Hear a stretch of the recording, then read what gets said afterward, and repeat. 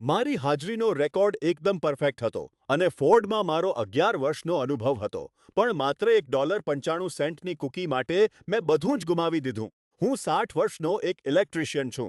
12 કલાકની night shift દરમિયાન મારું બ્લડ સુગર ઘટી ગયું. મને ચક્કર આવવા લાગ્યા અને માથું હલકું લાગવા માંડ્યું એટલે હું નાસ્તો લેવા માટે બ્રેક રૂમમાં ગયો. સેલ્ફ સર્વિસ કિયોસ્કમાં ખામી આવી. સ્ક્રીન પર લાલ રંગમાં પેમેન્ટ ફેઇલ લખાઈને આવ્યું એટલે હું બીજી મશીન પાસે ગયો. પછીથી મારા બેંક સ્ટેટમેન્ટ પરથી સાબિત થયું કે પેમેન્ટ થઈ ગયું હતું, પણ તેનાથી કોઈ ફરક પડ્યો નહીં. એક અઠવાડિયા પછી મને મારા સુપરવાઇઝરની ઓફિસમાં બોલાવવામાં આવ્યો. તેમણે મને કહ્યું કે ચોરીના આરોપમાં મને નોકરીમાંથી કાઢી મૂકવામાં આવ્યો છે. Zero tolerance.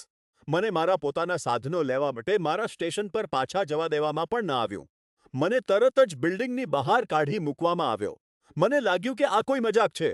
મેં તેમને કહ્યું, જો તમારે મને કાઢવો જ હતો તો તમે સીધું કહી શકતા હતા. તમે એક કૂકી માટે આવું કેમ કરી રહ્યા છો?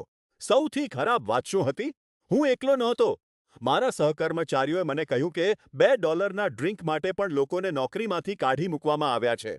પ્લાન્ટમાં રહેલા કિયોસ્ક ખરાબ હોવા માટે જાણીતા છે. તેઓ તમારા પૈસા કાપી લે છે અને પછી કહે છે કે પેમેન્ટ ફેઇલ થયું છે. ફોર્ડ વર્ષે અબજો ડોલર કમાય છે, તેમ છતાં તેમણે નક્કી કર્યું કે એક અનુભવી કર્મચારીની રોજીરોટી કરતાં $2ની કૂકી વધુ કિંમતી છે. જ્યારે મેં મદદ માટે મારા યુનિયનમાં સંપર્ક કર્યો ત્યારે તેમણે આ આરોપને પડકાર્યો નહીં. તેમણે કોઈ પુરાવા માંગ્યા નહીં.